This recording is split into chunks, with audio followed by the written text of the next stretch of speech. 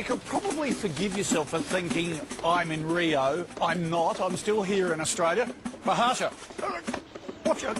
It's a bit like Kung Fu. Mate, I work out regularly, but how come you look like that and I still look like this? What's your secret? The secret is acai, What on earth's that? the Brazilian berry. Right. Why don't you taste some? Oh, this is it. What's it called? Acai. Acai. Oh. That does taste all right. Where do you get it? Talk to the boys. Talk to the Just over boys. there. I can't talk to Kalida. I've got to talk to the Talk boys. to the boys. Oh, okay. Boys, this better be good. What a rat. G'day. This can turn me into Arnie Schwarzenegger. I hear. According to A healthier version. Yeah. Jeremy, tell us what it's about. Basically, it's just a palm berry. We call it a Brazilian energy berry. It grows wild in the Amazon over in Brazil on the floodplains in big palm trees. And yeah, we've got someone bringing it in for us as a frozen pulp, and we've developed this business, RioLife, to distribute it and also to do all the sales and marketing in New South Wales and hopefully all over Australia. What gave you the idea, Andy, to do it? I was travelling after university and ended up eating in California every day, surfing, and was introduced to one of my friends, and then returned with the idea and the concept and developed it. Isn't that terrific? Because so many Australians travel overseas, they see a great idea and they say, oh, this would go great back home, but never do anything about it. You guys are. Now, Jeremy, where are you up to in developing it? Well, we're pretty fresh. We've only been around for a few months now, and we've got a lot of our marketing materials sorted out, or we've made steps to get it started. But we're just a partnership at the moment. But yeah, So it's really early are all days. three of you in it at the moment? Not in the partnership at the moment. It's Andrew and Jeremy in the partnership. What, don't they like you? No, they sort of, no, I mean, for my own personal reasons, I mean, in terms of, living away from home stuff, I can't really afford to, fund myself yet. You two are working in it full time. The hardest thing for a lot of businesses is friends getting together. Going from friendships into business is a big leap. How are you going on that front? It's an experience for getting there. We probably could do with some advice and mentoring as such. It's really important to sort that out right from the start, because often with friendships, and you go into business, you think to yourself, oh, I can't mention that because it might affect the friendship, whereas business is completely different. We've got just the bloke to run you maybe through a bit of a course, business mentoring type course, and bring up all the things that you probably don't want to bring up with each other, which is important. The partnership issue, why a partnership? It's just simple to set up. I thought that becoming a company might be a little bit complicated, so it was just something that we could get an agreement set up easily and have a simple structure to get the ball rolling. That could be right for you at this stage. I have no idea, but we'll see if we can get Julia to have a look at the business, because if you have the wrong structure from the start, it becomes a hell of a job to try and change it later on. So we'll cover that. But most importantly, how are you launching this? How are you going to develop it? Well, at the moment we just run around and we're doing cold calls to cafes and juice bars. That's our main sort of sales channels. Sort of getting the brand out really as well. Yeah. The website's proving really effective and useful. It tells us stories, it's got a lot of energy, it shows what we've been up to. Right. I don't know whether it'll help or not. You tell me. We've got a guy who started in his garage and built one of the biggest juice brands this country has ever seen from scratch. Do you reckon he might have a few ideas? Probably. He's yours. All right. I reckon this is really exciting. Now, if we help you out with this, do you promise I'll look like that? What do they call them? Capoeira dancers? Yeah, we can't make miracles, Scottish. Be careful. It'll make you feel that good. Oh, good. Okay, I'll feel like one rather than look like one. Okay, that'll do me. Tim Pethick's after the break, building the berry obsession and business brand outside Brazil. And you need to use every element like this to build the brand personality, because it's that brand that people are going to want to engage with.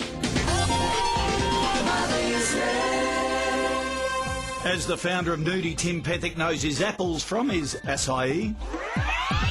Tim's giving the Rio boys the juice on driving customer relationships through branding.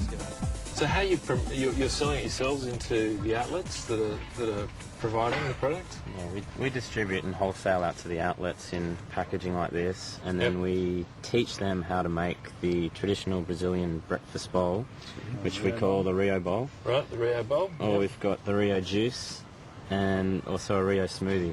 And what does success look like for you? Where are you aiming? What are you shooting for? We'd love to be the national acai brand in Australia. We want to be the guys that when people think acai, they think RioLife. So that brings us to the interesting question of brand as a barrier to competition. And all good brands have values. They need to have personality. They need to have promise. They need to promise the end user, the consumer, something, and they need to have some values. They need to stand for something. If you can build that powerful brand, you get a relationship with consumers that's going to provide that barrier to entry, but it's also going to be the base that you can build that business from moving forward as you roll it out. So let's talk a bit about your brand and the importance of it. First of all, RioLife is trademarked. Yep. Yes. So you've got some intellectual property protection in the brand. And what are the values of the brand? What are you... I'm a consumer and I'm wanting to engage with your brand. What's the takeout you want me to have? Well, I guess the brand, the fact that it's RioLife, it's, our tagline, exotic energy for living. It's a healthy, energetic food, and we want to be a young, healthy, energetic brand and a team of guys that bring it to people. Yep. That's probably the most important thing. When talking about the brand, I look naturally at the card that you've developed, and we've talked about the fact that RioLife, the brand itself, needs to be front and centre. It's the most powerful thing you've got. And you need to build real personality into that brand so that consumers can engage with it. And I think this is a little bit confused. We've got the fruit itself more prominent than the brand name. So it's putting the product, if you like, the fruit, front and centre.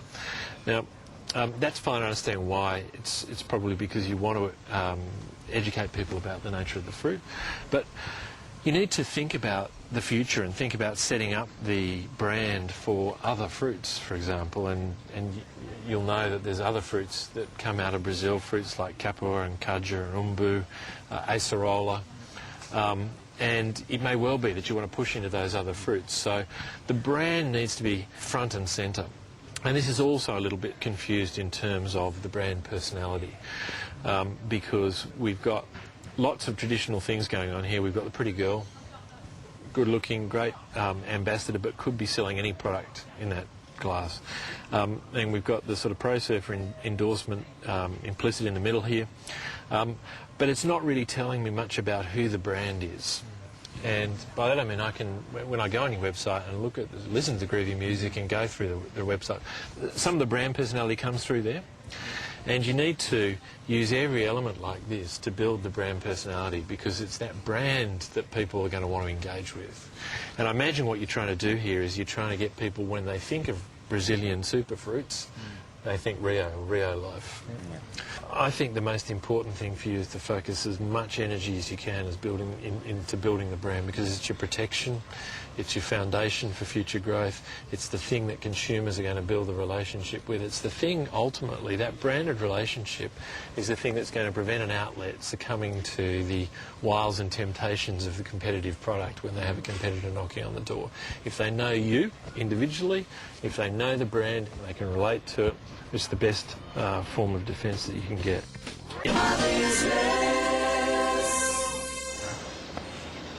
You can get hooked on this, can't you? It's fantastic. It's great. So, guys, how did the experience go? Andrew, what did you get out of it? A lot of good mentors, good advice. We've adjusted and adapted to some of their advice, and looking forward to the future. All right, let's go through the thing. Andrew, I thought Tim made a really good point, that you were actually pushing the berry rather than your business. Yeah, the fact that he pointed that out was really, really important to, where we can go from here. And obviously, yeah, the strength is the brand, and pushing that more in the future will definitely, Because the aim would be to branch out into other products. It's a great name, it's a great brand. You want to build the empire and sort of spread your risk a bit too, don't you? We've got some things in the works at the moment we're fairly excited about. The mind boggles, but how do you live the brand? It's the RioLife, it really is. We've got the beach, we've got the friends, we've got the nightlife, we've got the activities, we're living something we believe in. It's something that's helping protect the Amazon that's good for anyone that eats it. So it's quite easy to live the RioLife. It's a tough job, isn't it? And all of a sudden you're looking a lot more attractive. What is in this stuff? It's rumoured to be an aphrodisiac of the Amazon. Right, we might leave it there. Good to